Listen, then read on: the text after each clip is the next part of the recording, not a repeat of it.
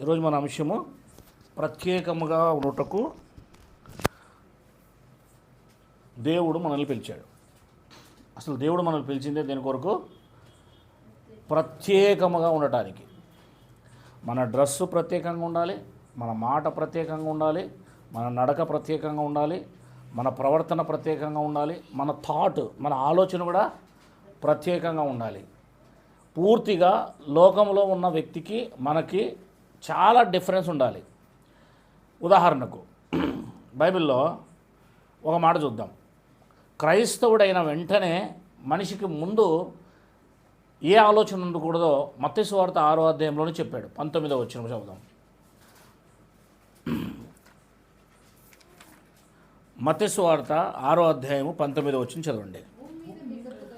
భూమి మీద మీ కొరకు కూర్చుకొనవద్దు. చూసారా, మొట్టమొదటిగా అంటే యేసుక్రీస్తు వారు చెప్పిన కొండ మీద ప్రసంగం అంటారు దీన్ని.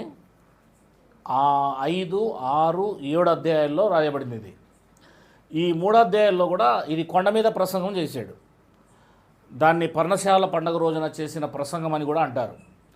ఆ రోజుల్లో వాళ్ళు బయటికి వెళ్ళి పర్ణశాలలు వేసుకుంటారు కనుక అక్కడ 3 రోజుల పాటు దర్దాపుగా ఈ వాక్యం జరిగింది అని చెప్తూ ఉంటారు.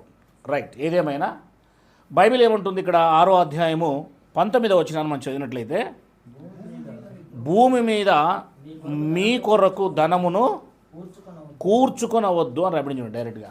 ఫస్ట్ ఆఫ్ ఆల్ డబ్బు మీద ఎవరికైతే ఆశ ఉంటుందో వాడు దేవుణ్ణి ఎట్టి పరిస్థితుల్లో తెలుసుకోవడానికి ఆస్కారమే ఉండదు. ఇక బాగా గమనిస్తున్నారని చెప్పేమాట.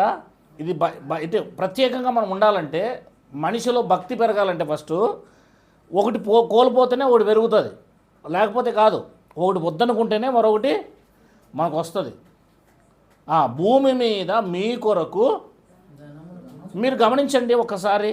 మనకు మాదిరి, మనకు పోలిక, లేదా నన్ని పోలి నడవండి అని చెప్పిన బైబిల్లో మనకు ఒక్కసారి కొత్త నిబంధనలో యేసుక్రీస్తును మొదలుకొని మీరు పౌలు వరకు చూడండి.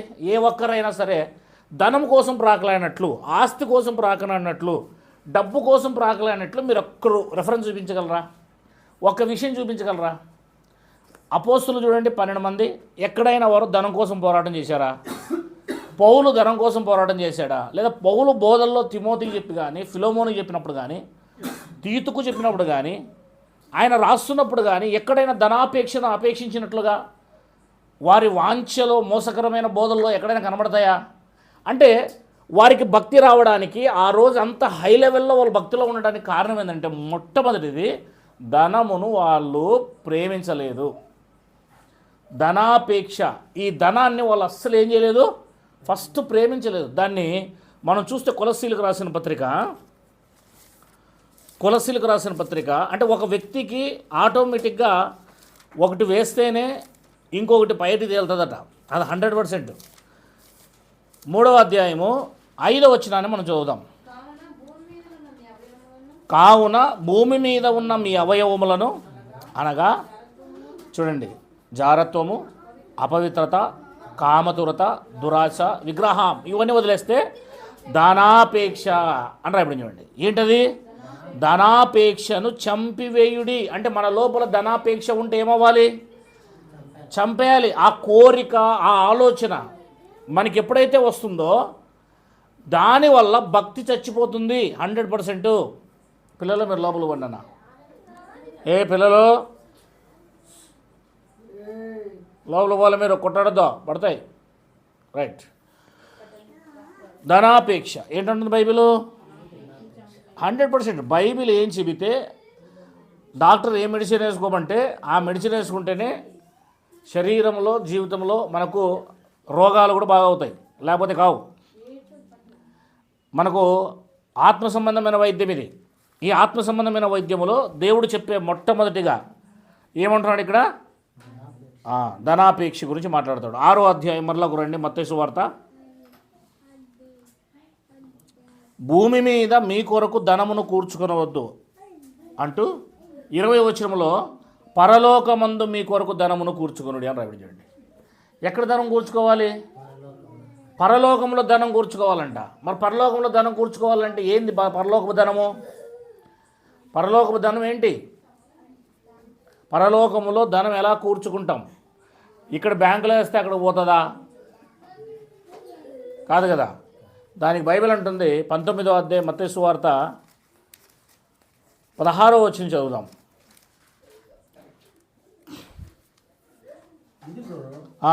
ఒకడు ఆయన ఎద్దుకు వచ్చి బోధకుడా, అదిగో నిత్య జీవం పొందడానికి. నిత్య జీవం అంటే అర్థం ఏంటి? శాశ్వత జీవితం, నిత్యము జీవించే జీవితం ఒకటి ఉంది. దాన్ని పొందాలంటే నేనేం చేయాలి అని అన్నప్పుడు ఆయన ఇంకా ధర్మశాస్త్ర కాలంలోనే ఉన్నాడు కనుక ధర్మశాస్త్ర ఆజ్ఞలు ఉన్నాయి, వాటిని పాటించు అన్నాడు. అంటూనే 20వ వచనంలో అందుకు ఆ యవ్వనుడు ఇవన్నీ నేను పాటిస్తూనే ఉన్నాను, ఇక నాకు కొదవలేదు కదా అన్నాడు. అందుకు యేసుక్రీస్తు వారు ఏమన్నారు? నీవు పరిపూర్ణుడు అనే మాట చాలా ఇంపార్టెంట్. పరిపూర్ణుడు అంటే అర్థం ఏంటంటే క్రొత్త నిబంధనలోనికి రావాలంటే. పాత నిబంధన గురించి ముందు చెప్పాడు. పరిపూర్ణత అనే మాట క్రొత్త నిబంధన అని అర్థం. పరిపూర్ణత అనే మాట కొత్త నిబంధన అని అర్థం కావాలంటే 1 కొరింథీయులకు రాసిన పత్రిక 13వ అధ్యాయము 8వ వచనం చదువుదాం. అంటే ఒకటి, పాత నిబంధన ఆజ్ఞలు పాటించమన్నాడు, ఎందుకంటే యేసుక్రీస్తు వారు ఇంకా పాత నిబంధనలోనే ఉన్నాడు కనుక సిలువ వేయబడలేదు. ఇప్పుడు పరిపూర్ణుడు అవ్వాలి అంటే అన్నాడు. ఇప్పుడు ఆ మాట చదవండి. 8వ వచనం 1 కొరింథీయులకు రాసిన పత్రిక 13:8. ప్రేమ శాశ్వత కాలం ఉండును, దానికి అంతులేదు. ప్రవచనాలైనా నిరర్ధకమవుతాయి, భాషలైనా నిలిచిపోతాయి, జ్ఞానమైనా నిలిచిపోతుంది.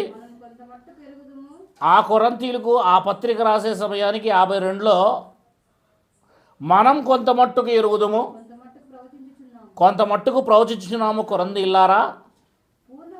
పూర్ణమైనది వచ్చినప్పుడు పూర్ణము కాని పాత నిబంధన నిరర్ధకమవుతుంది.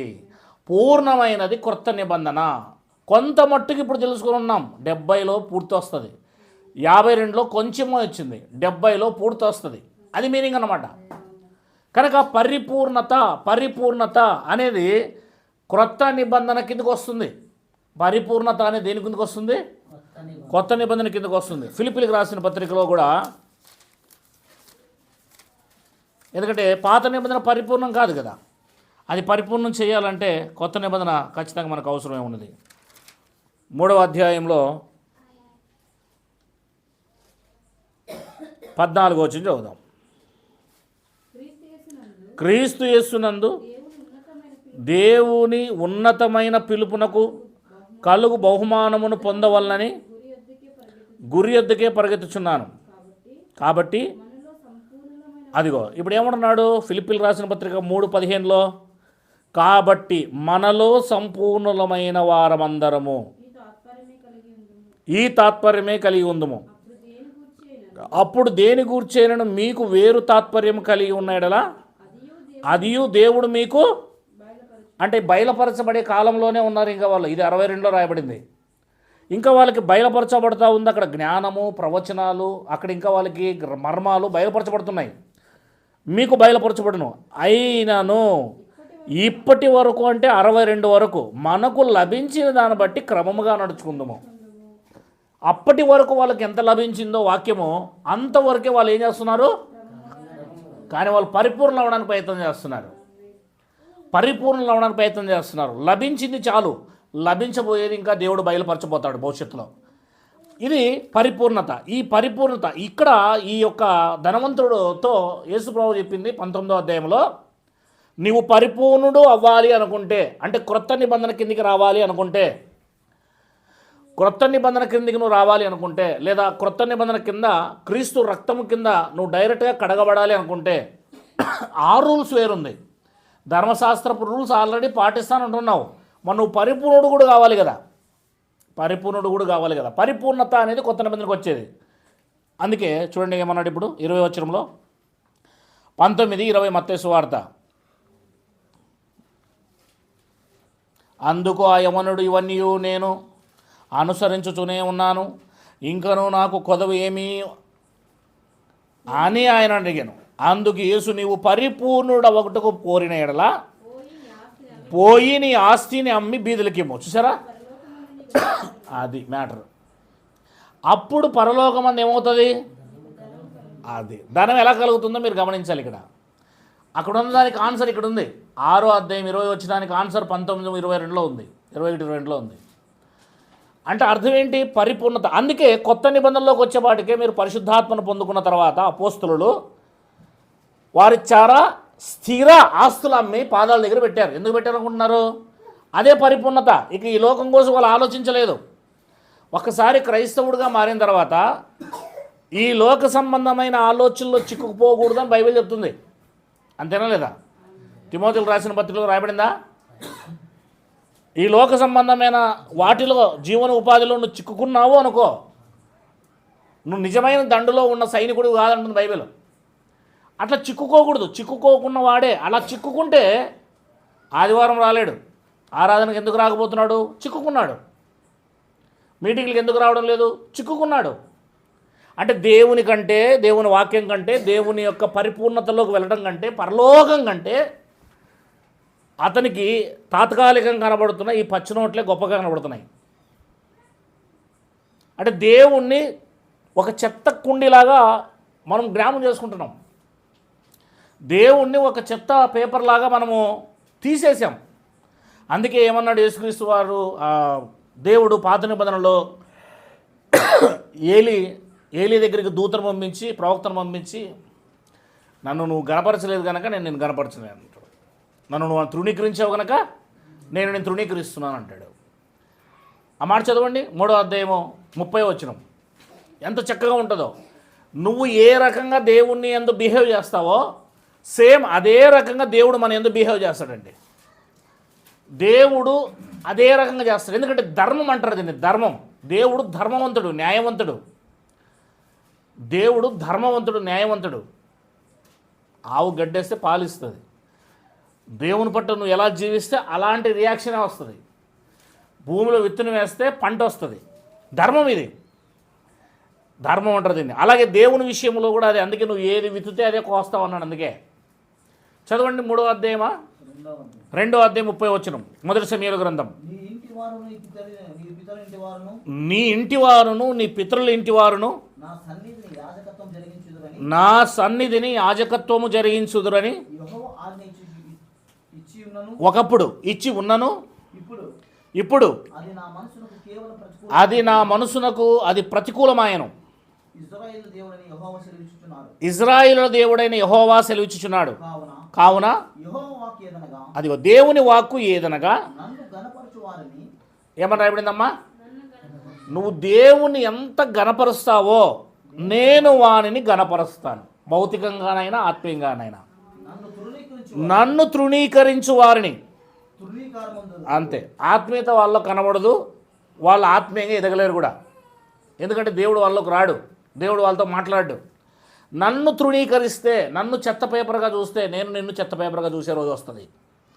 అందుకే అన్నాడు, జ్ఞానం లేని వారులారా, అపహాసుకులారా, బుద్ధిహీనులారా, సంత వీధిలో జ్ఞానం ఏం చేస్తుంది? ప్రచురం చేస్తుంది.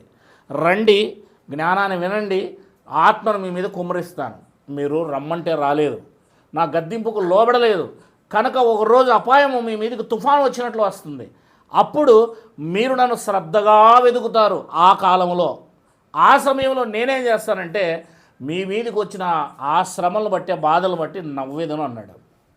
నేను నవ్వుతాను అన్నాడు. అప్పుడు ఆయన నవ్వే కాలం ఎంత భయంకరంగా ఉంటుందో మనం గమనించాలి. ఇశ్రాయేలీలు మోషే వచ్చి ప్రార్థన చేసిన, ఇర్మియా గ్రంథంలో అంటాడు, యెహెజ్కేలు గ్రంథంలో అంటాడు, మోషే వచ్చి ప్రార్థన చేసిన మోషే నీతిని బట్టి మోషే రక్షించబడతాడు. నోవా వచ్చి ప్రార్థన చేసిన నోవా నీతిని బట్టి నోవా రక్షించబడతాడు. యోబు వచ్చి ప్రార్థన చేసిన యోబు యొక్క భక్తిని బట్టి అతను రక్షించబడతాడు. నేను ఎవడి మాట వినను. ఇంకా ఎవరు ప్రార్థన చేసినా, ఒకప్పుడు మోషే ప్రార్థన చేస్తే మిగతా వాళ్ళందరినీ క్షమించాడు. యోబు ప్రార్థన చేస్తే వాళ్ళ స్నేహితులను క్షమించాడు. నీతిమంతుడైన లోతు ప్రార్థన చేస్తే, అబ్రహాం ప్రార్థన చేస్తే లోతును కాపాడాడు. అలాంటి గొప్ప గొప్ప భక్తులు వచ్చి ఇప్పుడు ప్రార్థన చేస్తే వారి ప్రార్థన వినను నేను. అది నవ్వే రోజు. దేవుడు నవ్వే రోజు ఏదంటే ఎవరు నీతిమంతులో వారిని మాత్రం రక్షిస్తాడు. కనుక దేవుడు ఇశ్రాయేలుని ఏ రకంగా చేశాడు? సొంత దేశాన్ని 70 సంవత్సరాలు కాల్చిపడేసి దేవుడు బబులోను చేతికి అప్పగించాడు. భయంకరమైన స్థితిలో వెళ్ళారు వాళ్ళు. కనుక దేవుడు నవ్వే రోజు వస్తుంది. నువ్వు అనుకుంటున్నావు, నువ్వు ఎవరు నమ్ముకున్నావు అంటే దేవుని నమ్ముకున్నావు. దేవుని నవ్వే స్థితికి నువ్వు తీసుకెళ్ళొద్దు.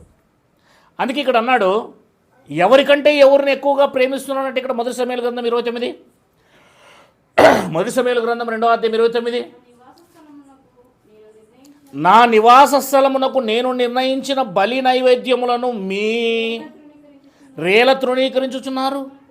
మిమ్మును క్రొవ్వు పెట్టుకున్నటకై నా జనులకు ఇశ్రాయేలు చేయు నైవేద్యములో శ్రేష్ఠ భాగములను పట్టుకొనుచు. చూసారా, దేవుడు అంటున్నాడు, నాకంటే నీ కుమారులను నీవు గొప్ప. మనం కూడా అంతేనండి. దేవుడి కంటే మన పిల్లలు ఎక్కువ. మనకి ఎవరు ఎక్కువ? మన భార్య ఎక్కువ, మన పిల్లలు ఎక్కువ. ఆ రోజు నా భార్యకు జ్వరం వచ్చిందనుకో, ఆదివారం రోజున హాస్పిటల్కి వెళ్తానా, నా భార్యను తీసుకుని దేవుని దగ్గరికి వస్తానా? ఆరాధన చేసే రోజు ఆదివారము అపోస్తల బోధ యందు ఆరాధన దినమండి. అది దేవుడు ఆజ్ఞాపించింది. ఆజ్ఞ అతిక్రమమే పాపం. ఆదివారమున దేవుడు ఏం చేశాడంటే ఆజ్ఞగా పెట్టాడు దాన్ని. ఆదివారమున ఖచ్చితంగా కూడుకోవాలని సంఘంగా బైబిల్లో దేవుడు చెప్పిన ఆజ్ఞ అది. ఈ ఆజ్ఞను పాటించకుండా ఆ రోజు నా పిల్లలకు జ్వరం వస్తే నేను ఎక్కడికి వెళ్తాను? హాస్పిటల్కి వెళ్తాను. మన బంధువులు వస్తే ఇంట్లోనే ఉండిపోతాను. బంధువులు వస్తే ఇంట్లో ఉండిపోతాను. నా ఉద్యోగం ఉంటే ఉద్యోగానికి వెళ్ళిపోతాను. మనము మన పనులు చేసుకుంటున్నాం, కానీ దేనికి ఎక్కువగా మనము ప్రిఫరెన్స్ ఇస్తున్నాము? ఏలీ కుమారులు ఎవరికి ఇస్తున్నాడు ప్రిఫరెన్సు? అందుకే అన్నాడు అక్కడ, నాకంటే. అందుకేనండి, దేవుని కంటే ఎక్కువగా దేన్ని ప్రేమించకూడదు. నువ్వు ప్రత్యేకంగా ఉన్నావు అనడానికి ఆధారాలు చెప్తున్నాను. ఇప్పుడు ఒక వ్యక్తి దేవునిలో ప్రత్యేకంగా ఉన్నాడు, ఇతను దేవుని సంబంధి అనడానికి ఆధారాలు ఇవన్నీ. నాకంటే నీవు నీ పిల్లల్ని కానీ, ఇంకొకరిని కానీ, ధనాన్ని కానీ, ఇంకో దాన్ని కానీ నువ్వు ప్రేమించకూడదు. ఇది నా ఆలోచన. నా దేవుడు కావాల్సిన ఇంటెన్షన్ అది. దేవుడు ఆలోచన అది. నాకంటే నువ్వు దేన్ని ఎక్కువగా ప్రేమించకూడదు, దేన్ని ఇష్టపడకూడదు. నీ కుమారుల కంటే నేనే ఎక్కువ అంటున్నాడు దేవుడు ఇక్కడ. కనుక నాకంటే నీ కుమారులు నీవు గొప్ప చేసి ఉన్నావు. అంటే ఎవరు గొప్ప? దేవుడు గొప్ప, కుమారులు గొప్ప? తల్లి గొప్ప, కుమారులు గొప్ప? దేవుడు గొప్ప. దేవుడు లేకపోతే నీవు లేవు, నేను లేను, ఈ ప్రపంచమే లేదు. కనుక మొట్టమొదటి స్థానాన్ని ఇవ్వాల్సింది ఎవరికి? మనము దేవుడుకు. అది ప్రధాన యాజకుడైన ఏలీకి కూడా అర్థం కాలే ఆఖరికి. ఇక పిల్లలకి ఎలా అర్థమవుతుంది? కనుక ఈ పరిస్థితిని బట్టి మనం ఆలోచన చేస్తే మరలా పరలోకమందు ధనం ఎక్కడ కూర్చుకోవాలి మనం ఇప్పుడు క్రైస్తవుడు? కానీ మనం ఎక్కడ కూర్చుకుంటున్నాం? భూమి మీద కూర్చుకుంటున్నాం. మొట్టమొదటిదిగా ఒక వ్యక్తి భక్తిలో ఎదగాలంటే ధనాన్ని లూజిడిచాలి, దాన్ని పట్టించుకోకూడదు, దాని మీద ఆలోచన ఉండకూడదు. ధన సంపద మీద ఆలోచన ఉన్నవాడు దేవుణ్ణి లూజ్ చేస్తాడు, దేవుణ్ణి వదిలేస్తాడు, 100% వదిలేస్తాడు. ఇది 100% ధనం మీద ఆశ గలవాడు ఏదో ఒక రోజు దేవుణ్ణి వదిలేస్తాడు ఖచ్చితంగా. అది మీ కళ్ళ ముందు ఆటోమేటిక్గా కనబడుతూ ఉంటుంది. ఇతను ధనాన్ని ప్రేమిస్తున్నాడా, ఇతను దేవుని ప్రేమిస్తున్నాడా అనడానికి వారు దేవుని వదిలేసేదే, దేవుని దగ్గరికి రాకపోవడమే, దేవునికి ప్రాధాన్యత ఇవ్వకపోవడమే ఆటోమేటిక్గా ఒకరోజు వాళ్ళు చూపించేస్తారు. మీరే ఆ విషయాలు మీకు అర్థమవుతాయి అనుకుంటా నేను. కనుక నువ్వు ఏ ఇంటెన్షన్తో ఉన్నావు? ఫస్ట్ ఆఫ్ ఆల్ ప్రత్యేకంగా ఉండాలంటే ముందు ధనం మీద ఏం కాకూడదు. నేను చెప్పింది కాదు, బైబిల్ చెప్పింది, బైబిల్లో ఉన్నది మాట్లాడుతున్నాను. జాగ్రత్తగా ఆలోచన చేయండి. 12వ అధ్యాయం 15వ వచనం లూకాసు వార్తలో కూడా ఒక ఉపమానాన్ని ఎత్తుకున్నాడు ఆయన. 12వ అధ్యాయము లూకాసు వార్తలో 15వ వచనం. మొట్టమొదటిగా మనం చూడండి, భక్తి రావాలంటే ఆటోమేటిక్గా రాదు. భక్తి రావాలంటే ఆటోమేటిక్గా రాదు. గొంతులో ఏదైనా అడ్డం పడితే నువ్వు అన్నం తినడానికి ప్రయత్నం చేస్తే అది పోదు. ముందు ఆ గొంతులో ఉండేదాన్ని ఏం చేయాలి? తీసేసుకోవాలి.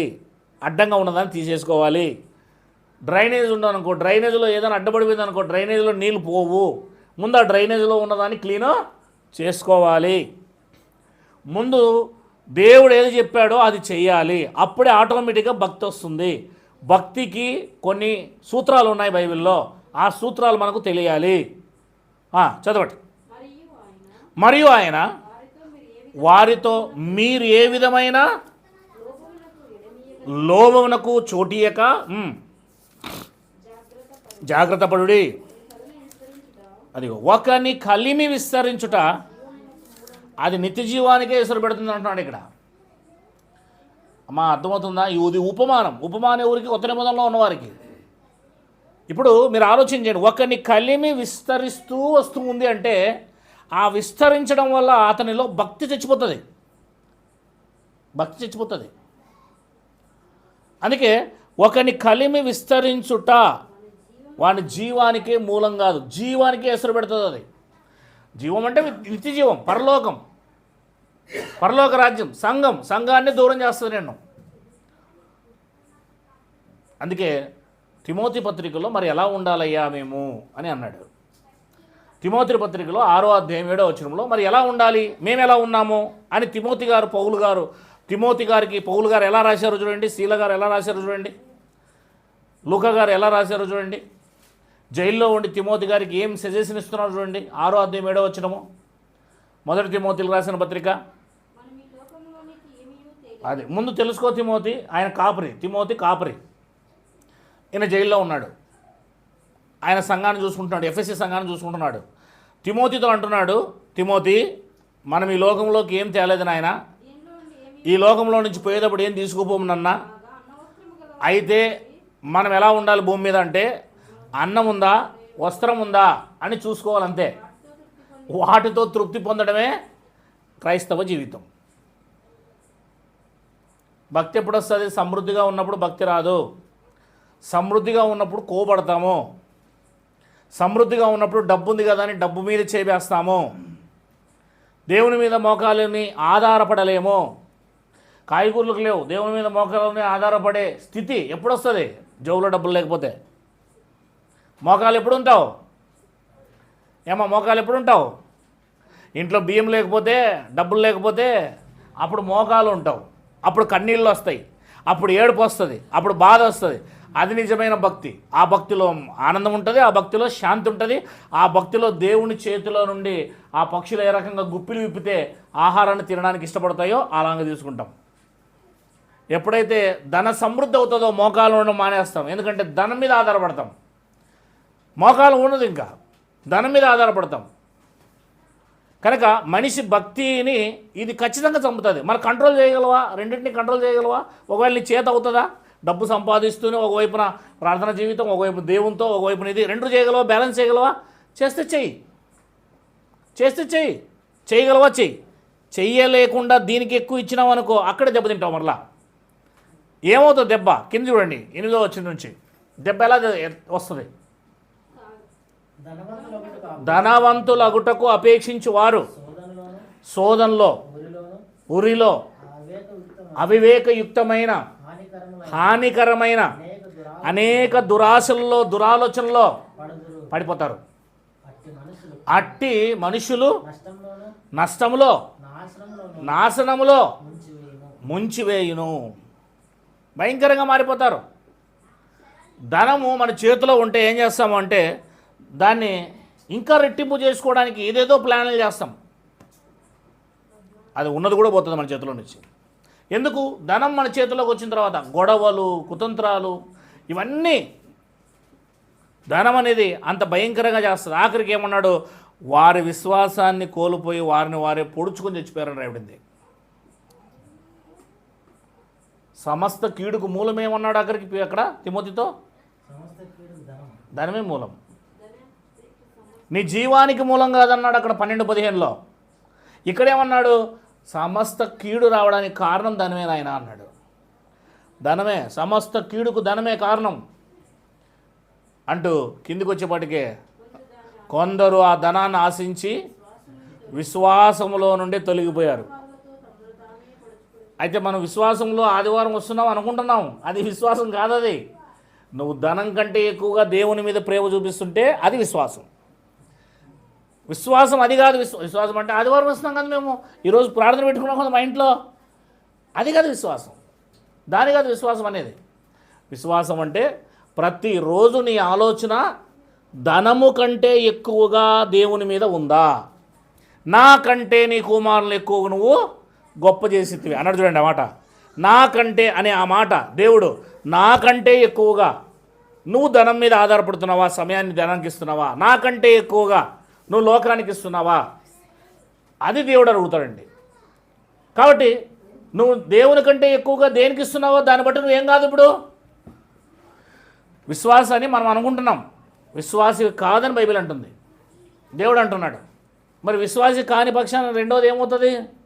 నీ పాపాలు క్షమింపడవు, నువ్వు నీతిమంతుడు కావు, నువ్వు పరిశుద్ధుడు కావు, పరిశుద్ధుడు కాకపోతే నువ్వు దేవుని కుమారుడు కావు, దేవుని కుమారుడు కాకపోతే దేవుని పోలికలో ఇంకా పుట్టలే, దేవుని పోలికలో పుట్టలే, నీకు దేవునికి సంబంధం లేదు, సస్తే పరలోకానికి వెళ్ళవు. ఇంత తేడా ఉంది అక్కడ. ఒక విశ్వాసి ఎలా ఉంటాడో హెబ్రీ పత్రిక 11:24 చెప్తుంది. ఏంటి విశ్వాసం అంటే? అసలు దేన్ని ఎక్కువ ప్రేమిస్తాడో, క్రొత్త నిబంధన భక్తుల కాలంలో వచ్చి సంపూర్ణ బోధలో నిలబడినోడు కాదు ఆయన. పాత నిబంధనలో ఆయనే ఈ లోకానికి ఒక గుణపాఠం చెప్పినవాడు. ఎట్లాంటి స్థితిలో నుంచి ఎట్లా వచ్చాడు, అది విశ్వాసం అంటే. మోషే పెద్దవాడైనప్పుడు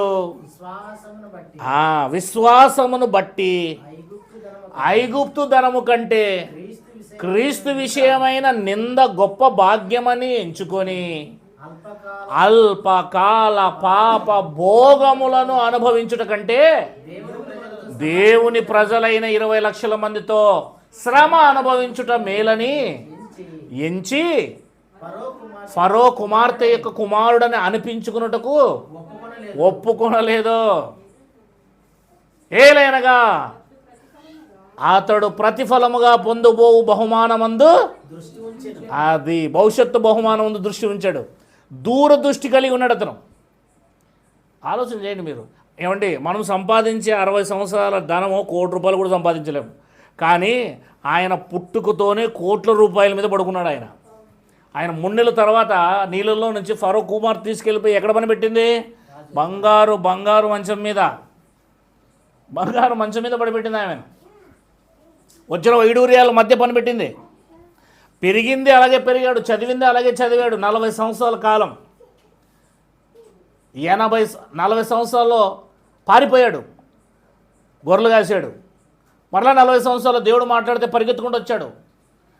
ఆ 40 సంవత్సరాలు ఎప్పుడైతే పరిగెత్తుకుంటూ వచ్చాడో మరలా వచ్చాడు కదా నా కుమారుడని ఆమె పిలుచుకుంది, ఇంట్లోకి పిలుచుకొని, ఆయన నువ్వు రాజు అవుతావురా చెప్తే ఇన్రా, వాళ్ళతో పోతావు, ఎందుకు పోతావు, రాజు అవుతావు, నా కుమారుడు అని చెప్పు ఒక మాట చాలా, అంతే. మహారాజుతో నా కుమారుడు అని చెప్పంతే, ఒప్పుకో, నేను చెప్తాను నువ్వు ఒప్పుకో, అంతే. నాకు వద్దన్నాడండి. నాకు ఆ ఇశ్రాయేలీలు కావాలి, శ్రమ కావాలి, బాధలు కావాలి, కష్టాలు కావాలి, వాళ్ళు కావాలి, నాకు క్రీస్తు కావాలి. ఈ ధనం, నాగరికత ఆ రోజుల్లో నంబర్ 1లో ప్రపంచంలో ఏదుంది? అషూరు, బబులోను, మాదియా పార్సిక, గ్రీకు, రోమా కంటే ముందేది? అషూరు కంటే ముందు ఐగుప్తు, ఈజిప్టు ప్రపంచంలో నంబర్ 1 అది. అట్లాంటిది కొన్ని కోట్ల రూపాయలు. ఇంకా అంత గొప్పదానికి ఆయన 40 సంవత్సరాల పాటు ఏమవ్వాలి? 120 సంవత్సరాలు బతికాడు కదా. రాజయ్యి రత్నాల మధ్య పడుకుండా ఉండాల్సిందే. దాన్నండి విశ్వాసం అంటారు, దీన్ని విశ్వాసం అంటారు. నువ్వు ఊరికే విశ్వాసి అంటే తప్పుండి, ఊరికి నోటితో చెప్పే తప్పు. ఇది నిజమైన విశ్వాసం. విశ్వాసానికి డెఫినేషను మోషే చెప్తాడు ఖచ్చితంగా. కనుక విశ్వాసం అనగానే మనము దేవుని కంటే ఎక్కువగా దేన్ని ప్రేమించకూడదు, పక్కన పడేయాలి. మనం ఇంకా చర్చిలోకి వస్తేనే సెల్ ఫోన్లు ఇంతకుముందు డబ్బాలో వేసేవాళ్ళం, ఇప్పుడు మన జోబులోనే ఉంటున్నాయి. మీరు పెద్దోళ్ళు అయ్యారు కదా, పిల్లోళ్ళు కాదు కదా, కనీసం దాన్ని స్విచ్ ఆఫ్ చేస్తారు అనుకుంటే లేదో, ఫోన్ రాగానే బయటికి వెళ్ళి బండను కడుచుకుంటారు, గేట్లను కడుచుకుంటారు. ఏంటి ఈడ వాక్యం చెబుతా అంటే, వాక్యం అంటే దేవుడు కంటే నీకు ఎవరు ఎక్కువ? అక్కడే మీ విశ్వాసం ఏంటో కనబడుతుంది. మీరే ఆలోచించి, ఒక్క నిమిషం ఆలోచించి సిగ్గేస్తుందండి. ఒక్క నిమిషం అరే, వాక్యం ప్రకటింపబడుతున్న చోట దేవుని సంఘం, క్రీస్తు మందిరం ఇది. ఈ మందిరము పరిశుద్ధమైన మందిరం, దేవుడు ఉన్న చోట దేవుడు చూస్తున్నాడు అక్కడ. ఒక ప్రధానమంత్రి వచ్చి కూర్చున్నాడు అనుకో మన చర్చిలో, వాని ముందు సెల్ ఫోన్ మోగిస్తారా? ఒక ఎస్ఐ వచ్చి కూర్చున్నాడు అనుకో, వాని ముందు సెల్ ఫోన్ మోగిస్తారా? మనము పోలీస్ స్టేషన్లోకి వెళ్ళాలంటే ముందు ఏం చేస్తాం? సైలెంట్లో ఇట్లా అనేస్తాం. ఒకసారి పిసుకు పారేస్తుందని కొంచెం మెసేజ్ వస్తే కూడా కుయ్యి అనేపటికి ఏమంటాడు వాడు? బయటికి బాగా లఫుట్ నాయలా అంటాడు. అంతే, ఏం లేదు. ఏమన్నాడు? మాట భయంకరంగా వస్తుంది ఆ నోట్లోంచి. లఫుట్ అంటారు అంతే. ఒక కలెక్టర్ ముందుకు పోయినప్పుడు, ఒక డాక్టర్ ముందుకు పోయినప్పుడు మనం ముందు స్విచ్ ఆఫ్ చేసుకుంటాం, బయట స్విచ్ ఆఫ్ చేసుకోమంటుంది. ఎంత జాగ్రత్త వహిస్తాం అక్కడ. ఎందుకు దేవుని దగ్గర జాగ్రత్త వహిస్తలేం? దాట్ ఈజ్ విశ్వాసం లేని జీవితం. నాకంటే నీకు నీ సెల్ ఫోన్ ఎక్కువైపోయింది అంటున్నాడు దేవుడు. ఇవన్నీ మన భక్తి ఉందో లేదో మనకి సూచించే స్వభావాలు, ఇవన్నీ తెలియజేస్తుంటాయి ఇవి. కనుక దయచేసి వీటన్నిటినీ కూడా మీరు తెలుసుకొని మానుకోవడం మంచిది. అప్పుడు మీలో ఆటోమేటిక్గా ఒకటి వదులుకుంటే ఇంకోటి ఏమవుతుందో తెలుసా? ఇంక్రీజ్ అవుతుంది, మీలో భక్తి స్టార్ట్ అవుతుంది. ఆ భక్తి స్టార్ట్ అయినప్పుడు మీకే అర్థమయ్యి ఇలా చిన్న చిన్న శాస్త్రాలు చేసే వాళ్ళందరికీ మీరే చెప్తారు, మీరే నేర్చుకుంటారు, మీరే చెప్తారు. కనుక ఇప్పుడు చెప్పండి, ఏది కావాలో మనకి? కిందికి రండి. అదే తిమోతిలు రాసిన పత్రిక 6వ అధ్యాయం 11వ వచనము. ఇలా విశ్వాసం కోల్పోయి ఏమైపోయారు తిమోతి? ధనం వెంబడి వెళ్ళిన వాళ్ళు ఇలా అయిపోయారు. మరి నువ్వేం చేయాలి? దైవజనుడా నీవైతే ఆ పైన ధనం కోసం పరిగెట్టడం వదిలేయి. దైవజనుడా అంటే దేవుని యొక్క సేవకుడు మాత్రమే కాదు, దేవుని ప్రజలందరూ కూడా, అందరూ యాజకులే. వీటిని విసర్జించి నీతి, భక్తి, విశ్వాసము, ప్రేమ, ఓర్పు, సాత్వికము అది సంపాదించుకో అన్నమాట. ఏంటో తెలుసా? 6వ అధ్యాయం 19-20 వచనాల ప్రకారము పరలోకమందు ధనం సంపాదించుకో. ఇది మ్యాటర్. ఏం సంపాదించుకోమన్నాడు? నీతి, భక్తి, విశ్వాసము, ప్రేమ, ఓర్పు, సాత్వికము. వీటిని సంపాదించుకో అంటే అక్కడ నోటుకు ఆపోజిట్గా ఇంకో నోటు కనబడుతుంది. ఇక్కడ భౌతిక సంబంధమైన, శరీర సంబంధమైన ధనానికి ఆపోజిట్గా ఆత్మ సంబంధమైన ధనం కనబడుతుంది. కింద ఆపోజిట్లోనే పెడతాడు ఎప్పుడు. కనుక ఏది పరలోకములో ధనమో, ఆత్మీయంగా నీతి కలిగి, భక్తి కలిగి, విశ్వాసం కలిగి, ఓర్పు కలిగి, సాత్వికం కలిగి ఉండడమే, దీర్ఘశాంతం కలిగి ఉండడమే, అది ధనం. పరలోకములో ధనం సంపాదించుకోవడం అంటే ఏంటో మనకు అర్థమవుతుంది. ఇప్పుడు నేను చెప్పింది అర్థమైందా? భూ సంబంధమైన ధనం అంటే నువ్వు శరీర సంబంధం అయితే భూమి మీద ఉంటుంది ఆలోచన నీకు. ఆత్మ సంబంధం అయితే, ఆత్మ సంబంధమైన మనుషులైతే చూడండి, కావాలండి కొరింథీ పత్రిక 1వ అధ్యాయము 3వ అధ్యాయం, మొదటి కొరింథీయులకు రాసిన పత్రిక 3వ అధ్యాయము 1వ వచనం. సహోదరులారా, అదిగో 2 కేటగిరీస్ ఉన్నాయి సంఘములో. అదే కొరింథీ సంఘములో 2 కేటగిరీస్. అది సంఘమే, కానీ అందులో 2 ఉన్నారు. ఆత్మ సంబంధమైన మనుషులతో మాట్లాడినట్లు నేను మీతో మాట్లాడలేకపోతిని, శరీర సంబంధులైన మనుషులే అనియు, క్రీస్తునందు పసిబిడ్డలే అనియు. అది శరీర సంబంధి ఇంకా పసిబిడ్డ, ఆత్మ సంబంధి ఎదిగినవాడు. అంటే 2 మనుషులు ఉన్నారు. ఆత్మ సంబంధి అనేవాడు ఎలా ఉంటాడు అనేది నేను ఇంతవరకు చెప్పుకుంటూ వచ్చాను. ఆత్మ సంబంధి ఆత్మ విషయాల మీదే మనస్సు ఉంచుతాడు. శరీర సంబంధి శరీర సంబంధమైన వాటి మీదే, మీరు ఏ దాని మీద ఉంచుతున్నారో దాన్ని బట్టి మీరు అదే ఉన్నారు అని బైబిల్ చెప్తుంది. మనం దేని మీద ఉంచుతున్నామో దాన్ని బట్టి మనం ఏమై ఉంటాము? చెప్పండి, ఏమై ఉన్నాం? ఏమన్నామండి? గొర్రె, రియల్ గొర్రె ఏం తింటుంది? గడ్డి తింటుంది. తోడేలు, గొర్రె చర్మాన్ని వేసుకుంది బయటికి, ఏం తింటుంది? అది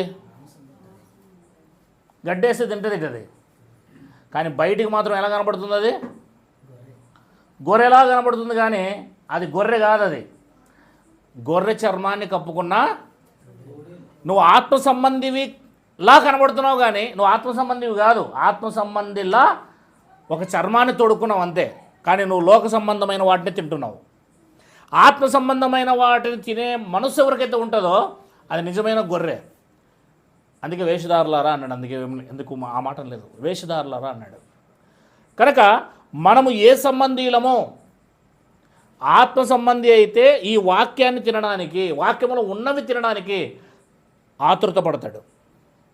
కావాలంటే ఇంకా ముందుకు పోయి అదే 1వ అధ్యాయం కొరింథీయులకు రాసిన పత్రిక చదవండి. కొరింథీయులకు రాసిన పత్రిక 1వ అధ్యాయం 5వ వచనం చదవండి. క్రీస్తును గూర్చిన సాక్ష్యం మీలో స్థిరపరచబడినందున ఆయన యందు మీరు ప్రతి విషయములోనూ, అనగా సమస్త ఉపదేశములోను సమస్త జ్ఞానములోను, అది ఐశ్వర్యం అంటుంది అక్కడ, ఐశ్వర్యం. ఏది ఐశ్వర్యం? పరలోకంలో సంపాదించే ఐశ్వర్యము బైబిల్ జ్ఞానం, ఉపదేశం. ఇప్పుడు నేను ఉపదేశిస్తున్నాను కదా, దీని ద్వారా మీరు ఏమవుతున్నారు? ఐశ్వర్యవంతులు అవుతున్నారు. ఎప్పుడైతే తీసుకుంటారో ఇలా బ్రతకాలి అని నిర్ణయం తీసుకొని బ్రతుకుతారో అప్పుడు ఐశ్వర్యవంతులు అవుతున్నారు. మీరు ఐశ్వర్యవంతులు అవుతున్నారు. ఈ ఐశ్వర్యాన్ని ఎవరు ఇచ్చారు చూడండి. 8వ అధ్యాయము, 2వ కొరింథీయులకు రాసిన పత్రిక 8వ అధ్యాయము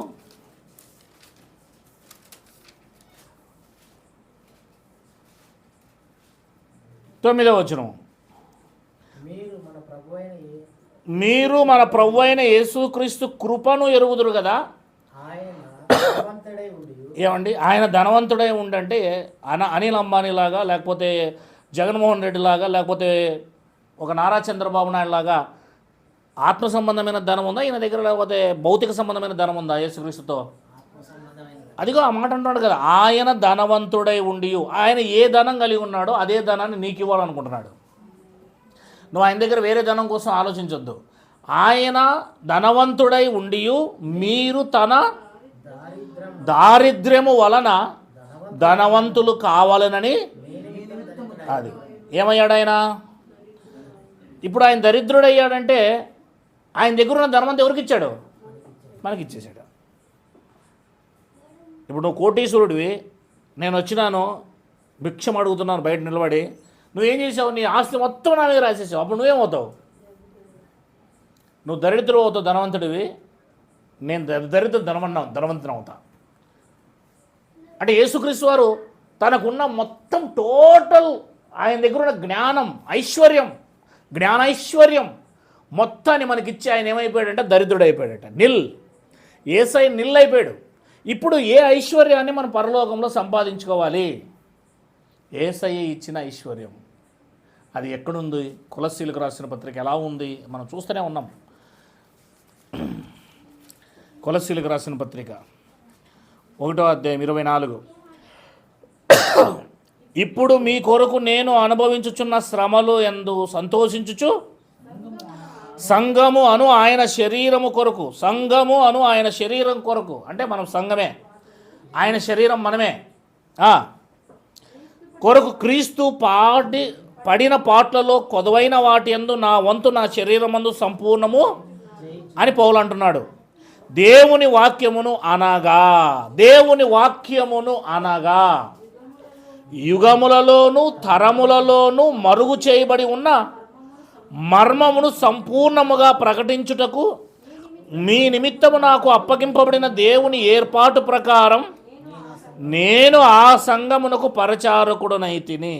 యుగములలోను తరములలో ఏం దాచబడి ఉంది? మరుగు ఏమై ఉంది? దేవుని వాక్యం మరుగై ఉంది. Okay, right. కిందికి వద్దాం. అన్యజనులలో ఈ మర్మం యొక్క మహిమైశ్వర్యం ఎట్టిదో. ఏమన్నాడు కింద? ఈ మర్మం యొక్క మహిమ ఐశ్వర్యం. ఐశ్వర్యం అంటున్నాడు దాన్ని. ఆ వాక్యాన్ని ఏమంటున్నాడు? యుగములలో తరములలో దాచబడిన వాక్యాన్ని ఐశ్వర్యం. వాక్యమే ఐశ్వర్యం.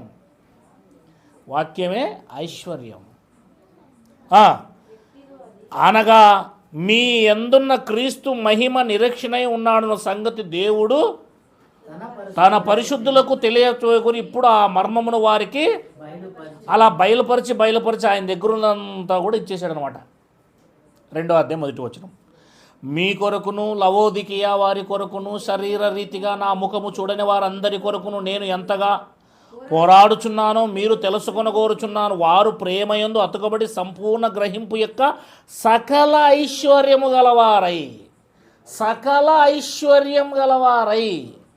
దేవుని మర్మమై ఉన్న క్రీస్తును. ఆ సకల ఐశ్వర్యం ఎవరు? క్రీస్తే.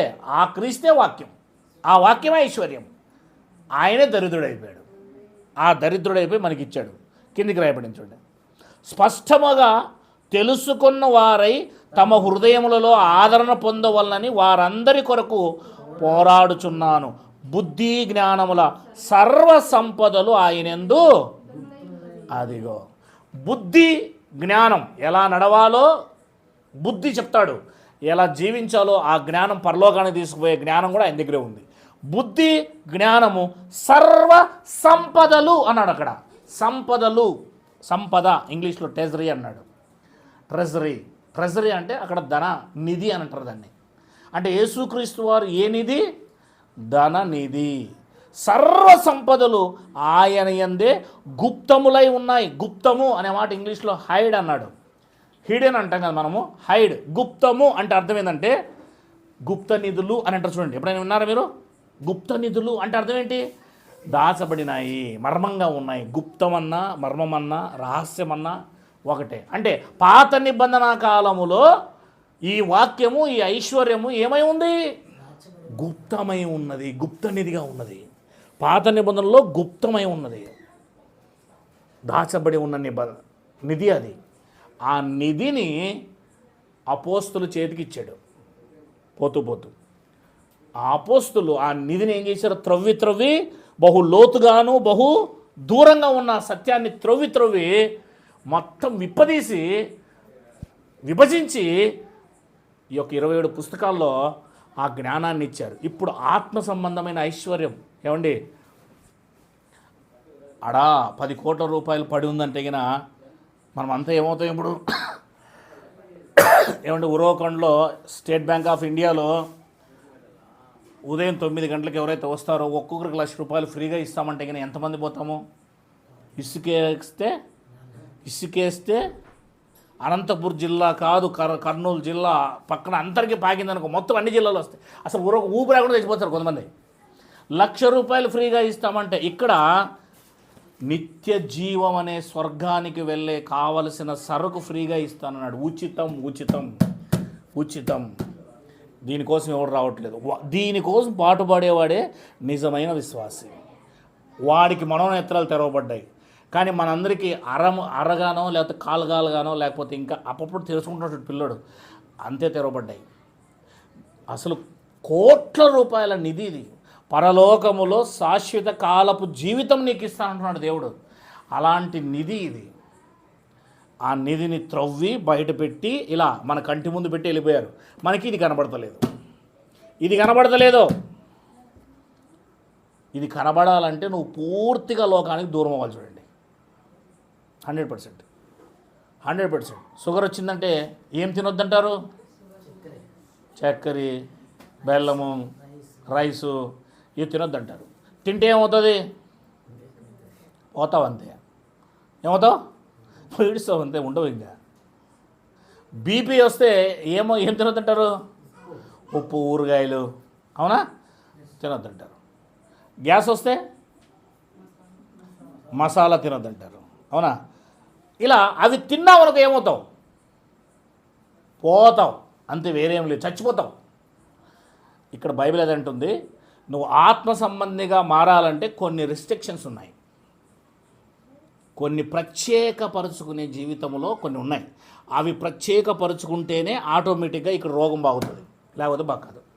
నాకు ఇది కావాలి అది కావాలంటే మాత్రం కాదు. అందుకే మనం ఆత్మీయంగా ఎదగలేకపోతున్నాం. అది మ్యాటర్ ఇక్కడ.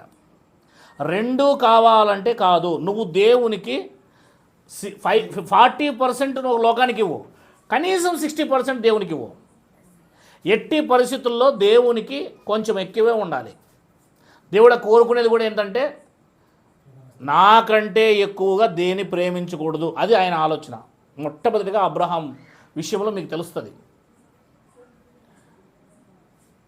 ఈ సంగతులు జరిగిన తర్వాత అబ్రహామును దేవుడు పరిశోధించెను. ఎట్లనగా, నువ్వు వెళ్ళి 3 రోజుల పాటు ప్రయాణమై నీకు ఒక్కడై ఉన్న నీవు ప్రేమించుచున్న నీ కుమారుడు నాకేమో అన్నప్పుడు దేవుడు ఏం కోరుకుంటున్నాడు? నీ ఏకైక కుమారుని కంటే ఎక్కువగా నన్ను ప్రేమించాలన్నది ఆయన జెలసీ అండి. ఆయన ఆలోచనది, ఆయన ఆలోచన విధానం అది. ఆయన కోరుకోవడం తప్పులేదు. ఒక భర్త తన మాటే వినాలని భార్య విషయంలో ఏ రకంగా అయితే ఒక నియమ నిబంధనలు ఉన్నాయో దేవుడు కూడా ఆ నియమ నిబంధనలు కలిగి ఉన్నాడు. అందుకే 100 సంవత్సరాలు ఇచ్చిన ఆ కుమారుణ్ణి 115 సంవత్సరాల్లో అబ్రహాం గారిని పరీక్షించి ఏమన్నాడు, నువ్వు ఎవరిని ప్రేమిస్తున్నావు ఎక్కువ నాకు ఇప్పుడు బయలుపడేవాళ్ళు. దేవుడు తెలుసా లేదండి నన్ను ఎక్కువ ప్రేమిస్తున్నాడు అనే విషయం తెలుసా లేదు చెప్పండి మీరే. తెలిసినా సరే ఎందుకు ఆయన ప్రాక్టికల్గా జరిగించాలి, అదే ప్రాక్టికల్లో చూపించాలి. అందుకే మన పిల్లలకి థియరీ ఉంటుంది, ప్రాక్టికల్ ఉంటుంది. ఎందుకు ప్రాక్టికల్ లేకోకుండా ఏం లాభం? థియరీ ప్రేమిస్తున్నానన్న విషయం ఊరికి నోటితో చెప్తే ఏం లాభం? హెజ్కేలు గ్రంథం నోటితో ప్రేమించడం వేరు, బైబిల్ అదే చెప్తుంది చూడు. నోటితో ప్రేమించడం అంటే ఎట్లుంటుంది చూడండి. ఎక్కువ శాతం ఇలాగే ప్రేమించే జీవితాలు, అదే దేవుడు అంటాడు ఆ మాట 33, 31 ముగించేద్దాం.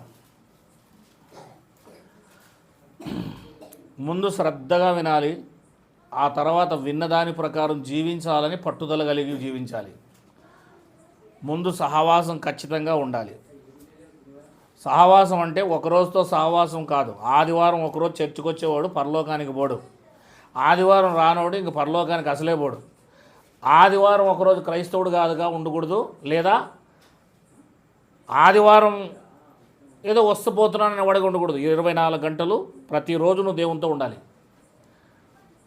చదవండి 31 వచ్చిన 33, 31. నా జనులు కాదమ్మా, చదవండమ్మా. నా జనులు రాదగిన, చూసారా ఇప్పుడు ఏమంటున్నాడు ఇక్కడ దేవుడు, నా విశ్వాసులు నన్ను నమ్మిన వాళ్ళు రాదగిన విధముగా వారు నా యొద్దకు వచ్చి, అంటే అర్థం ఏంటి? ఎలా రావాలి? నిజమైన భక్తితో రావాలి. నా ప్రజలు హృదయంలో ప్రేమ కలిగి నా దగ్గరికి రావాలి. అంటే అలా రాలేదు కాబట్టి చెప్తున్నాడు అక్కడ, నా జనులు రాదగిన విధముగా వారు నా యొద్దకు వచ్చి నా జలునైనట్టుగా నీ ఎదుట కూర్చుండి నీ మాటలు విందురు గాని వాటిని అనుసరించి ప్రవర్తింపరు. వారు నోటితో ఎంతో ప్రేమ కనపరచుదురు కానీ వారి హృదయము లాభమును అపేక్షించుచున్నది. మన ప్రేమ ఎలా చూపిస్తామంటే మనము రాదగిన విధముగా, అంటే ఎలా రావాలో అలా రావట్లేదు దేవుడి దగ్గరికి. మనం ఈడ్చుకొని వస్తున్నాం ఆదివారం కాబట్టి మళ్ళీ ఏమైనా అంటాడేమో, లేకపోతే పోకపోతే సహోదరులు అడుగుతారేమో, ఈడ్చుకొని వస్తున్నాం. ఈ ఆదివారం కూడా లేకపోతే భలే ఉండే కదా మనకి అన్నట్టుగా ఈడ్చుకున్నట్లే 10 మంది గొలుసులేసి లాగుతూ ఉంటే ఒక పక్క నుంచి మనం అట్లా వస్తున్నాం అనమాట. వచ్చి కూర్చొని ఆ తర్వాత మనము వినాలంటే వినాలా, వినకూడదంటే వినకూడదని మన చెవులు పెట్టి మనం ఎలా వింటున్నామంట, ఇష్టము లేనట్టుగా వింటున్నామంట. ఆ వినడమే కాదు, ఆ తర్వాత మనం అలా ప్రవర్తించడానికి కూడా ఇష్టమో కలిగి లేమంట. ఆ తర్వాత ఏమంటున్నాడంటే ప్రేమ కూడా ఎలా చూపిస్తారంట, ఓని నోటితో జాన్ అబ్బా జాన్ అట్లా. ఇప్పుడు చూసారా మీరు ఎప్పుడు నటన చేసేవాళ్ళు చూసారా? నోటితో ప్రేమిస్తారు, హృదయం నుంచి ప్రేమించరు. హృదయాన్ని ప్రేమించారు. అయ్యో జాన్ నీకు అదైందా, అయ్యో ఎంత ప్రేమైపోయిందా. అప్పుడు నువ్వు వెంటనే నాకు 10,000 రూపాయలు కావాలా, ఆరోగ్యం చూపించు వెళ్ళిపోయి ఇంక వాడు ఆడ నుంచి ఉంటాడు. ఇంక అసలు ఆడెక్కడ దొరకడు. నోటితో ప్రేమించేవాడు ఎంతో దేవుడు. అందుకే నోటితో ప్రేమించడు. ఈ సేవకులకే ఎక్కువ తెలుస్తుంది ఈ విషయాలు. చూడండి, నోటితో చాలా ప్రేమిస్తారు వీళ్ళు. మీరు గమనిస్తారా? పాస్టర్లు ఉంటారు కదా, పాస్టర్లు వీళ్ళు చాలా నటన చేస్తారు, చాలా నటన, నోటితో ప్రేమించే నటన. కనుక అది మన దగ్గర ఉండకూడదు. ఎప్పుడు నోటితో ప్రేమిస్తామంటే వాక్య ప్రకారం జీవించకపోయినప్పుడే నోటితో ప్రేమిస్తాం. వాక్య ప్రకారం జీవించేవాడు నోటితో ప్రేమించడు, హృదయంతో ప్రేమిస్తాడు. కనుక వాళ్ళు నీ మాటలు వినరు. వారు ఎలా వస్తున్నారంటే ఊరికే ఏదో ఇంట్రెస్ట్ లేకుండా వస్తున్నారు, రాదగనే ఉండగా రావట్లేదు.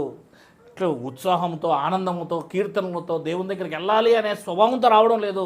ఏదో రావాలి, ఏదో పోవాలి అనే ఆలోచనతో వస్తున్నారు. అలాంటి వాడు ఏం వింటాడు? అలాంటి వాడు ఏం ప్రవర్తిస్తాడు? వాడు ముందుకు పోలేడు. ఎందుకంటే స్కూల్కి వెళ్ళాలన్న మనసుతో వెళ్తే వాడు చదువుకునే విధానం వేరు ఉంటుంది. బిజినెస్లో 2 చేతులతో కష్టపడి చేయాలనుకునే స్వభావం ఉంటే వాడు కష్టపడి చేస్తాడు. ఎవడో తల్లిదండ్రులు తోస్తుంటే పోతుంటే వాడు వ్యాపారం సరిగా చేయడు. ఎవరో స్వామి అని ఉన్నాడట, స్వామికి ఆలోచన ఉంది బాగా చేయాలని, కొడుకు ఆలోచన లేదు, కూసిపెడితే మొత్తం డబ్బులను ఎత్తుకుని పోతున్నాడు. ఎందుకు? వానికి లేదు స్వభావానికి, లేదు, మొత్తం ఎత్తుకుని పోతున్నాడు. అతని సంపాదన, అతని ఆలోచన విధానం వేరు ఉంటుందండి. ఇష్టం ఉండే విధానం వేరు, ఇష్టంతో చేసే పని అది సిగ్గు అట్లాంటివి వాళ్ళకు ఉండవన్నమాట. కనుక నేనేం చెప్తున్నానంటే, ఫస్ట్ మనము ముందు దేనికి ప్రాధాన్యత ఇవ్వాలి? దేవుడికి ప్రత్యేకంగా ఉండడం నేర్చుకోవాలి. మనం దేవుడు పిలిచిందే దీనికోసము. లోకంలో వాడు పరిగెత్తుతున్న దానికోసం మనం పరిగెత్తకూడదు. లోకంలో వాడు ఆలోచిస్తున్న విధానాన్ని బట్టి మనం ఆలోచన చేయకూడదు. చివరిగా ఒకే ఒక మాట చదివి నేను ముగించేస్తాను. తిమోతికి రాసిన 2వ పత్రిక, ఇక దాన్ని ఎక్స్ప్లెయిన్ కూడా చేయను, చదివి ముగించేస్తాను. జాగ్రత్తగా విందాం. ఇవి దేవుని వాక్కు అని అర్థం చేసుకొని మీరు ముందుకు పోతాడని ఆశిస్తున్నాను. తిమోతికి రాసిన 2వ పత్రిక 2వ అధ్యాయం 15వ వచనం నుంచి జాగ్రత్తగా చదువుదాం. 15వ వచనం బాగా వినాలి. దేవుని ఎదుట యోగ్యునిగాను, సిగ్గుపడనక్కరలేని పనివానిగాను, సత్యవాక్యమును సరిగా ఉపదేశించువానిగాను నిన్ను నీవే దేవునికి కనపరుచుకున్నటకు జాగ్రత్త పడము. అంటే యోగ్యత నీలో ఉండాలి. నంబర్ 1, 16 అపవిత్రమైన ఒట్టి మాటలకు విముఖుడవై, ఇది ఇంపార్టెంట్. మీరు వెళ్తున్న పనుల్లో, మీరు వెళ్తున్న స్నేహితులు, మీరు వెళ్తున్న జాబులు, మీరు వెళ్తున్న కొలీగ్స్ ఎవరైతే ఉన్నారో వాళ్ళ మధ్య మీరు అపవిత్రమైన మాటలు మాట్లాడము మానేయాలి. వారు అలాగే మాట్లాడతాడు, అపవిత్రమైన మాట మాట్లాడతాడు. మనం కూడా అలా మాట్లాడకూడదు, వాళ్ళలాగే మనం ప్రవర్తించకూడదు. మన నోరు పవిత్రమైంది. యేసయ్య రక్తంతో ఏం చేశాడు? దీన్ని కడిగాడు. మొత్తం నిలువెల్లా కూడా యేసయ్య రక్తం, దీని యేసయ్య ప్రాణం ఉంది, దీని వెనకాల యేసయ్య ప్రాణం ఉంది. జాగ్రత్త పడాలా, మన నోరు జాగ్రత్త ఉండాలా. అందుకేమన్నాడు? అపవిత్రమైన ఒట్టి మాటలకు విముఖుడు అంటే అర్థం ఏంటి? వాళ్ళు ఏదేదో మాట్లాడుతుంటారు, నువ్వు దూరంగా వెళ్ళిపో, నువ్వు మాట్లాడొద్దు అట్లా వాళ్ళతో పాటు. రైట్. అట్టి మాటలు వారు మరి ఎక్కువగా, ఒకవేళ నువ్వు వాళ్ళతో పాటు మాట్లాడినావు అంటే నువ్వు భక్తిహీనుడుగా మారిపోతావు. చూసారా ఎన్ని సూత్రాలు ఉన్నాయి బైబిల్లో. నువ్వు అలా మాట్లాడవద్దు, వాళ్ళతో నుంచి దూరం అయిపో. రెండవది, అలాగే మాట్లాడావు అంటే నువ్వు కూడా వాళ్ళతో పాటు నీలో భక్తిహీనత వస్తుంది అని బైబిల్ చెప్తుంది, దేవుడు చెప్పాడు. ఎందుకంటే దేవుడికి సమస్తం తెలుసు కనుక. ఇక 17 కొరుకు పుండు ప్రాకినట్టు వారి మాటలు ప్రాకును, వారిలో హుమెనయును ఫిలేతును ఉన్నారు. వారు పునరుత్థానము గతించనని చెప్పుచూ సత్య విషయమై తప్పిపోయి కొందరి ఆ విశ్వాసమును చెరుపుచున్నారు. అయినను దేవుని యొక్క స్థిరమైన పునాది నిలిచి ఉన్నది. ప్రభువు తన వారిని ఎరుగును అనునదియు, ప్రభువు నామం ఒప్పుకొను ప్రతివాడును. ఇది ఇంపార్టెంట్. నువ్వు యేసుక్రీస్తు నామాన్ని ఒప్పుకున్నావా? ప్రతివాడు నీతి చేయాలి, కానీ దుర్నీతికి దూరం అవ్వాలా. దుర్నీతి పరుడుగా ఉండకూడదు, దుర్నీతి వాళ్ళతో పాటు ఉండకూడదు.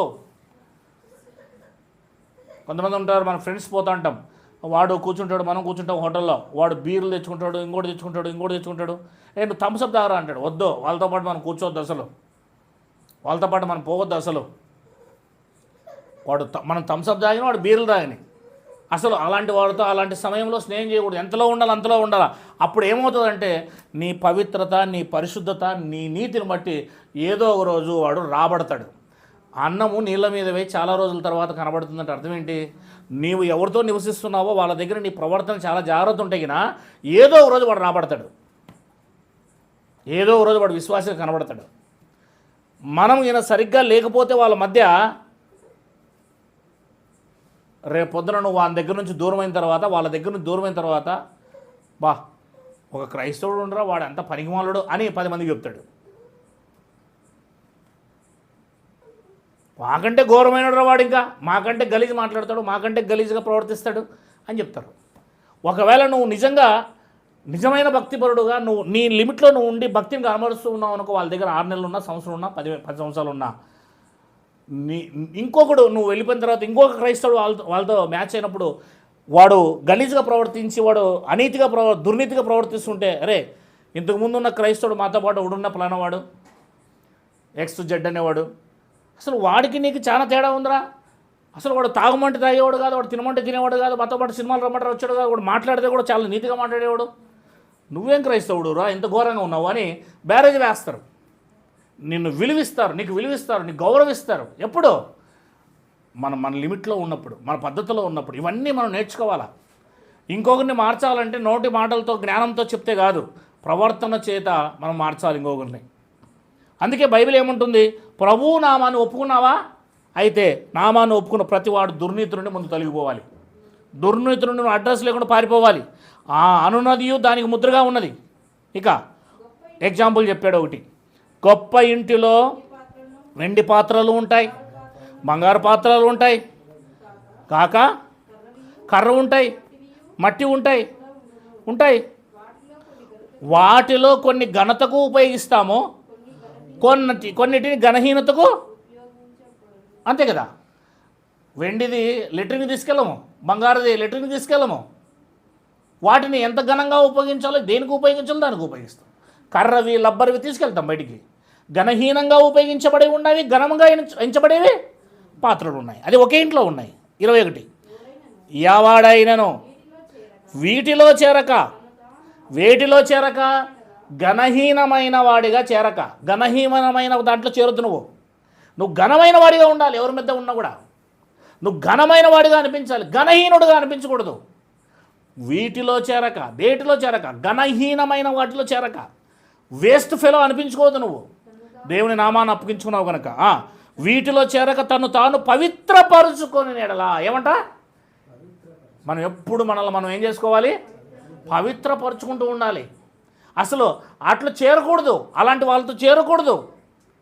పవిత్రముగా మనల్ని మన ఎప్పుడు ప్రవర్తనలో ఉండాలి. అదిగో పవిత్రముగా పరుచుకుని ఎడలా వాడు పరిశుద్ధపరచబడి, అదిగో యజమానుడు వాడుకొనుటకు అర్హమై ప్రతి సత్కార్యమునకు సిద్ధపడి ఘనత నిమిత్తమైన ఎంచబడిన పాత్ర. ఏది ఘనత నిమిత్తం ఎంచబడిన పాత్ర? వెండి బంగారు. యజమానుడు అంటే ఎవరు? దేవుడు. దేవుడు నిన్ను వాడుకోవాలంటే నువ్వు ఘనమైన వాడిగా ఉంటే దేవుడు నిన్ను ఏం చేస్తాడంట? నీ మాటల్లో, నీ ప్రవర్తనలో, నీ భక్తిలో, నీ దుర్నీతిలో, ఇవన్నిట్లో నువ్వు నిజంగా సక్రమంగా ఉన్నావనుకో, ఒకరోజు దేవుడు ఏమనుకుంటాడంటే దాన్ని వాడుకోవాలనుకుంటాడు. నువ్వు ఇంకా లబ్బర్ పాత్రగాను, నువ్వు ఇంకా కట్టె పాత్రగాను, ఇంకా మట్టి పాత్రగా ఉంటే దాన్ని వేరే దానికి వాడంటారు అంటాడు. నువ్వు బంగారు పాత్రగా, వెండి పాత్రగా ఎప్పుడైతే మారుతావో, నిన్ను నీవు ఎప్పుడైతే పవిత్రపరుచుకొని అంత ఘనత స్థితికి వెళ్తావో, అప్పుడు దేవుడు నీలోనికి వచ్చి నిన్ను పవిత్రపరిచి, పరిశుద్ధపరిచి, సంఘం ముందు, దేవుని ముందు, లోకం ముందు నిలబెట్టి గొప్పవానిగా వీడు నా దేవుని బిడ్డ అని అందరికీ కనబరుచుకునేలా తయారు చేసుకుంటాడు ఆయన.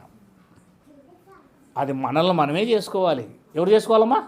మనల్ని మనమే చేసుకోవాలి. ఘనత నిమిత్తమైన పాత్రగా ఉండును. నీవు యవ్వన ఇచ్చ నుండి పారిపోమ్ము.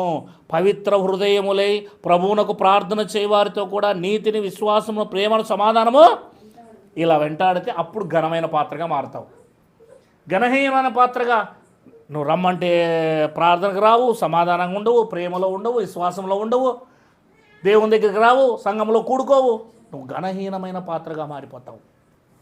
దేవుడు నిన్ను ఎలా వాడుకుంటాడు? దేవుడు వాడుకోవాలంటే ఆయన ముందు నీతి, విశ్వాసము, ప్రేమ, సమాధానమును వెంటాడేవాడిగా నువ్వు ఉంటే అప్పుడు దేవుడు నిన్ను ఏం చేస్తాడు?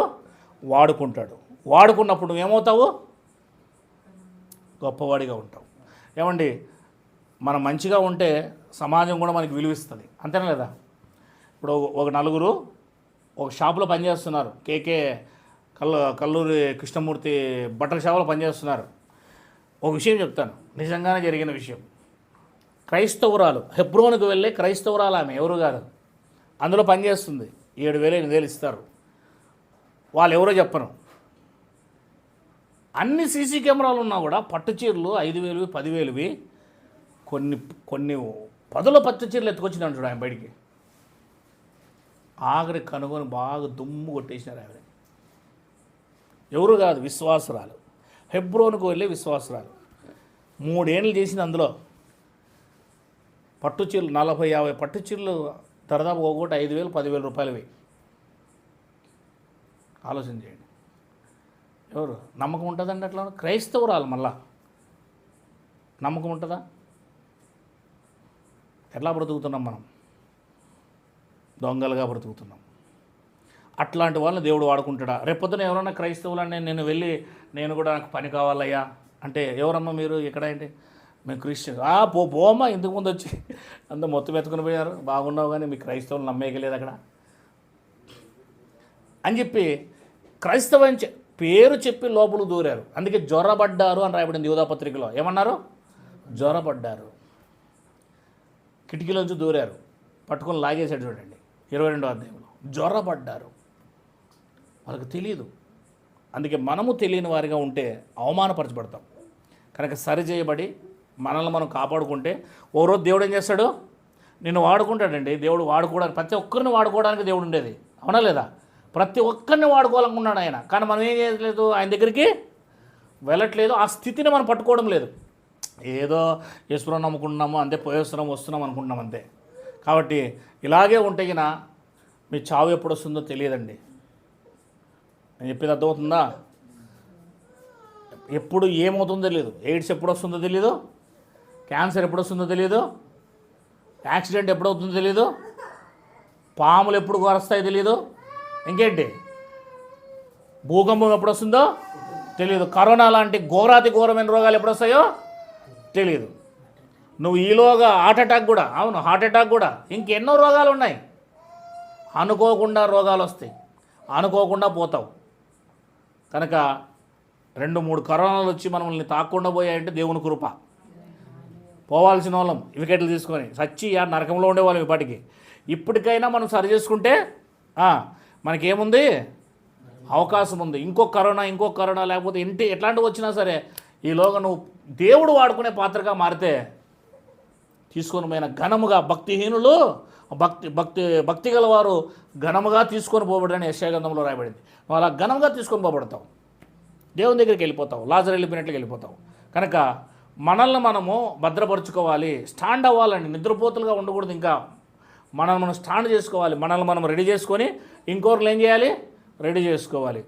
అసలు ఆదివారం కూడా దేవుని దగ్గరికి రాకపోతే ఆ చర్చి బోచిపోయినట్లు ఉంటుంది. మాథ్యూస్, నీ ప్లేస్ అలాగే ఉంటుంది ఎప్పుడు. ఏం చేసేది చెప్పండి, ఏం చేసేది చెప్పు, మీరే చెప్పాలి. ఆదివారం కూడా రాకపోతే ఏం చేసేది మేము, ఎవరు చెప్పాలా? ఒకరు ఇద్దరు అట్లా మూలలో కనబడుతుంటారు. ఇది మీలోనే ఉండాలి. కనీసం ఆదివారం అయినా మేము వెళ్ళాలి కదా. మేము వెళ్ళకపోతే కొత్త వాళ్ళు వచ్చేవాళ్ళు కూడా ఏమవుతారంటే, పాత వాళ్ళు రాలేదు కదా, పాత ఎద్దు రాలేదు కదా, అది ఇష్టం వచ్చినట్లు పోయింది, నేను కూడా పాత ఎద్దు పోయినట్లే కొత్త ఎద్దు పోతుంది. కనుక పాత ఎద్దులు సరిగా లేకపోతే కొత్త ఎద్దులు ఏమవుతాయి, అవి కూడా అలాగే తయారవుతాయి. కనుక పాతవాడు ఏమవ్వాలంటే సాక్రిఫైస్ చేసుకోవాలి. త్యాగం అనేది చాలా ఇంపార్టెంట్ అండి. త్యాగం మనం చేసుకుంటే మనల్ని బట్టి ఎన్నికోలు కూడా త్యాగం చేసుకోవడానికి ముందుకు వస్తారు. ఆదివారం ఒక్కరోజు అడుగుతున్నాడు దేవుడు మిమ్మల్ని, ఎక్కడా లేదు. ఆదివారం ఖచ్చితంగా అది ఆజ్ఞ అండి. ఆదివారం అనేది ఆజ్ఞ. ఆజ్ఞను మీరు పాటించకపోతే పాపము, ఆజ్ఞ అతిక్రమమే పాపము. అపోస్తుల బోధ అనగానే ఆదివారం రోజున దేవుడు ఏం చేశాడు, ప్రతి ఆదివారమున కూడుకున్నప్పుడు అని రాయబడింది బైబిల్లో. కనుక ఆజ్ఞానుసారంగా బ్రతకండి. దేవుడు తెలిస్తే మీరు ఈ పనులు చేయలేరు. దేవుడు తెలియదు కనుక, ఇంకా అర్థం కాలేదు కనుక, సరైన విశ్వాసం మనలో లేదు కనుక, మనం ఇంకా చిన్న బిడ్డలం కనుక మనం ఇంకా ఇలాంటి మిస్టేక్స్ చేస్తున్నాం. 10 ఏళ్ళ నుంచి విశ్వాసం ఉండండి అనుకోవచ్చు మీరు. 10 ఏళ్ళైనా 20 ఏళ్ళైనా విశ్వాసం లేకపోతే విశ్వాసమే లేదు నీకు, అంతే. నువ్వు ఇంకా కొత్తవాడివే, ఫ్రెష్ ఇంకా నువ్వు, అంతే. కనుక విశ్వాసాన్ని కనపరచుదాం. విశ్వాసానికి తగ్గట్టుగా ప్రత్యేకంగా ఎలా ఉండాలో ఇంకా చాలా విషయాలు ఉన్నాయి. అవన్నీ మనం నేర్చుకొని మన ప్రత్యేక జీవితాన్ని జీవించడానికి ప్రయత్నం చేద్దాం. కళ్ళు